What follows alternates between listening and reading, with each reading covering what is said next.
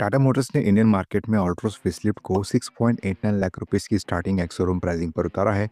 ये अपडेट 2020 में इसके इनिशियल लॉन्च के बाद से प्रीमियम हैचबैक के लिए पहला सिग्निफिकेंट रिवीजन है। इस मिड साइकिल अपडेट में कार के different aspects like exterior design और फीचर्स को इंक्लूड करते हुए कई चेंजेस शामिल है।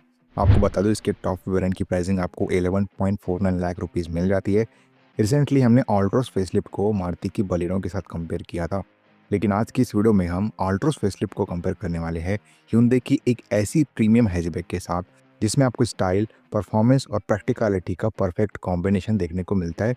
कंफर्टेबल और स्पेशियस इंटीरियर भी है और फ्यूल इकोनॉमी के साथ मॉडर्न फीचर्स की कंप्लीट रेंज के साथ आती है। इसके टॉप वेरिएंट की प्राइसिंग आपको 11.25 लाख रुपीज़ मिल जाती है।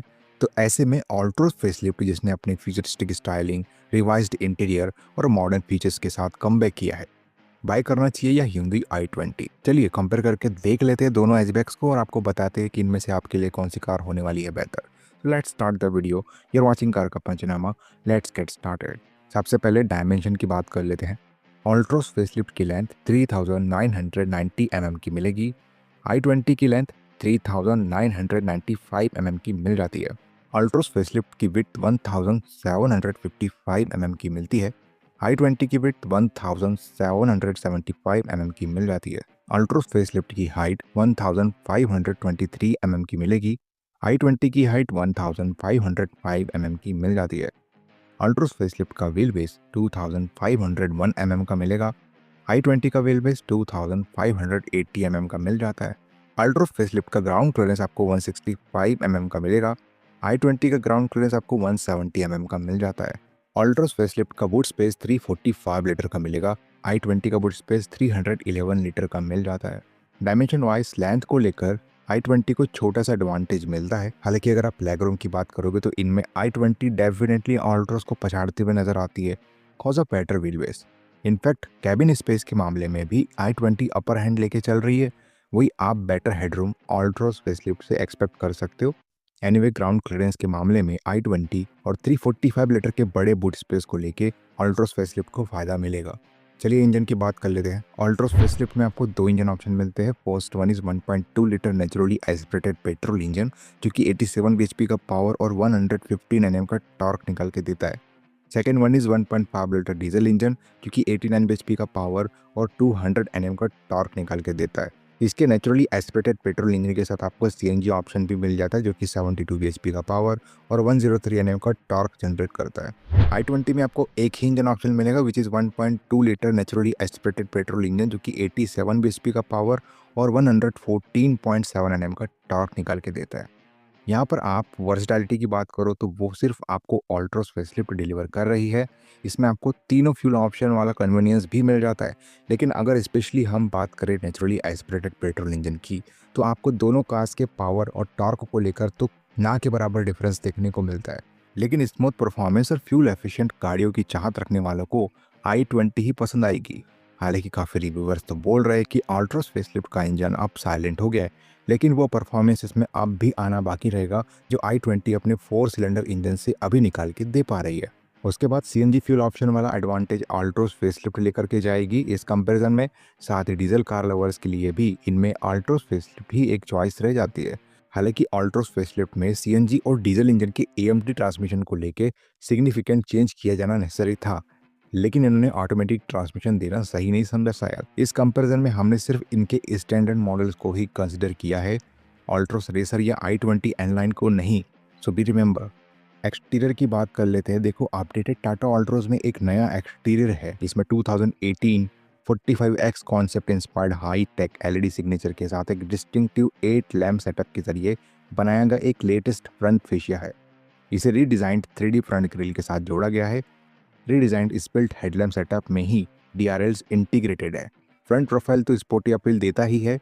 साइड प्रोफाइल पे हुए चेंजेस ना सिर्फ कार की प्रीमियम अपील को बढ़ाते हैं बल्कि इसके एरोडायनामिक स्लीपर जैसे सिल्यूट में भी कंट्रीब्यूशन देते हैं। इसके डोर्स 90 डिग्री ओपन होते हैं जिससे प्रैक्टिकलिटी बढ़ जाती है। इस गाड़ी में मुझे सबसे बढ़िया इसका रियर प्रोफाइल लगा।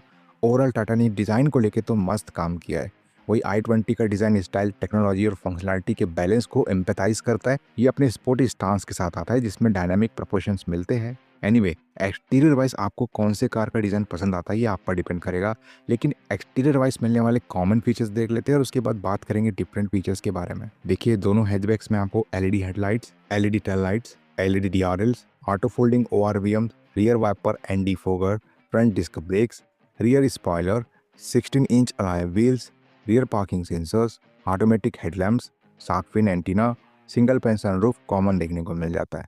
डिफरेंट क्या मिल जाता है चलिए देख लेते हैं। ऑल्ट्रोस फेसलिफ्ट में आपको फ्लश डोर हैंडल्स मिल जाते हैं। i20 में नॉर्मल डोर हैंडल्स मिलते हैं। ऑल्ट्रोस फेसलिफ्ट में आपको रेन सेंसिंग वाइपर्स मिल जाते हैं। i20 में फीचर आपको नहीं मिलेगा। ऑल्ट्रोस फेसलिफ्ट में आपको एलईडी फॉग लाइट्स मिल जाती है। i20 में यह फीचर आपको नहीं मिलता। ऑल्ट्रोस फेसलिफ्ट में आपको कनेक्टेड एलईडी टेल लाइट्स मिल जाती है। i20 में normally split LED tail lights मिलती है। ऑल्ट्रोस फेसलिफ्ट में आपको C pillar mounted rear door handles मिलते हैं। i20 में नॉर्मल रियर डोर हैंडल्स मिल जाते हैं। इसके अलावा एक्सटीरियर वाइज और कोई मेजर डिफरेंस नज़र नहीं आएगा दोनों कार्स को लेकर। चलिए इंटीरियर की बात कर लेते हैं। इंटीरियर वाइज दोनों ही कार्स का डिज़ाइन काफ़ी मॉडर्न लुकिंग फिलोसफी को फॉलो करता है, लेकिन इनमें पर्सनली मुझे ऑल्ट्रोस के इंटीरियर ने सबसे ज़्यादा इम्प्रेस किया है। एनीवे इंटीरियर वाइज मिलने वाले कॉमन फीचर्स देख लेते हैं और उसके बाद बात करेंगे डिफरेंट फीचर्स के बारे में। देखिए दोनों हैचबैक्स में आपको steering mounted control, cruise control, rear AC vents, connected car features, auto climate control, front driver armrest, front and rear headrest, engine start stop push button, manually adjustable driver seats, wireless charging, manual parking brake, cooled glove box, 10.25 inch infotainment touch screen system, digital instrument cluster, ambient lighting, air purifier, auto dimming IRBM common मिल जाते हैं। Different क्या मिल जाता है चलिए देख लेते हैं। ऑल्ट्रोस फेसलिफ्ट में आपको rear armrest with cup holder दिया जा रहा है, जबकि i20 में फीचर आपको नहीं मिलता। ऑल्ट्रोस फेसलिफ्ट में आपको wireless Android auto and Apple CarPlay दिया जा रहा है। i20 में wired Android auto and Apple CarPlay दिया जाता है। ऑल्ट्रोस फेसलिफ्ट में आपको 360 डिग्री कैमरा दिया जा रहा है, जबकि i20 में सिर्फ रियर पार्किंग कैमरा ही मिलता है। i20 में आर्टिफिशियल लेदरेट अपहोल्स्टरी मिल जाती है, जबकि ऑल्ट्रोस फेसलिफ्ट में फैब्रिक अपहोल्स्टरी मिलती है। ऑल्ट्रोस फेसलिफ्ट में 8 speakers Harman audio sound system दिया जा रहा है। i20 में 7 speakers Bose premium sound system मिलता है। ऑल्ट्रोस फेसलिफ्ट में एक्सप्रेस कूल फंक्शन दिया जा रहा है, जबकि i20 में फीचर आपको नहीं मिलता। ऑल्ट्रोस फेसलिफ्ट में इल्यूमिनेटेड टाटा लोगो स्टीयरिंग व्हील मिल जाती है। i20 में नॉर्मल स्टीयरिंग व्हील मिलती है। ऑल्ट्रोस फेसलिफ्ट में टच बेस्ड एसी कंट्रोल्स मिल जाते हैं। i20 में फिजिकल एसी कंट्रोल्स मिलते हैं। ऑल्ट्रोस फेसलिफ्ट में पैडल शिफ्टर्स दिए जा रहे हैं, जबकि i20 में फीचर आपको नहीं मिलता। इसके अलावा इंटीरियर वाइज और कोई मेजर डिफरेंस नजर नहीं आएगा दोनों कार्स को लेकर। चलिए सेफ्टी की बात कर लेते हैं। सेफ्टी वाइज सबसे पहले अगर हम ऑल्ट्रोस की बात करें तो इसके आउटगोइंग काउंटर पार्ट की क्रैश टेस्ट रेटिंग 5 स्टार वाली निकल कर आई थी, which is very good thing according to safety. Tata की गाड़ियों की बिल्ड क्वालिटी टॉप क्लास होती है, इसमें कोई सोचने वाली बात नहीं है। वही i20 को ग्लोबल एनकेप से 3 स्टार वाली सेफ्टी रेटिंग मिली थी, which is average rating in front of Altroz facelift rating. Anyway दोनों ही हैचबैक्स आपको 6 एयरबैग्स प्रोवाइड करती है। बाकी दूसरे essential safety features like ABS with EBD, ESC, isofix, traction control, hill hold control, TPMS आपको दोनों गाड़ियां देती है, लेकिन ब्लाइंड स्पॉट डिटेक्शन वाला फीचर आपको ऑल्ट्रोस फेसलिफ्ट में मिल जाता है, i20 में नहीं। चलिए वर्डिक्ट की बात कर लेते हैं। आपको याद होगा कि पहले जो ऑल्ट्रोस आती थी उसमें बहुत से फीचर्स मिसिंग थे और उस समय i20 में वो फीचर्स दिए गए थे। आज 2025 में अब ऑल्ट्रोस फेसलिफ्ट के पास वो फीचर्स मौजूद है जो i20 में अवेलेबल ही नहीं है। जी हाँ, अगर आप पूछोगे कि इनमें सबसे फीचर रिच, सेफेस्ट, वर्सेटाइल और स्मार्ट हैचबैक कौन सी है, तो मैं ऑल्ट्रोस फेसलिफ्ट का ही नाम लूँगा। इसके ड्राइविंग डायनामिक्स भी डिसेंट है, इसमें कोई डाउट वाली बात ही नहीं है। लेकिन वही इसके अपोजिट अगर आप स्मूथ परफॉर्मेंस और फ्यूल एफिशिएंसी को प्रायोरिटाइज करते हो तो वहाँ आपको i20 से बेटर और कोई नहीं मिलेगा।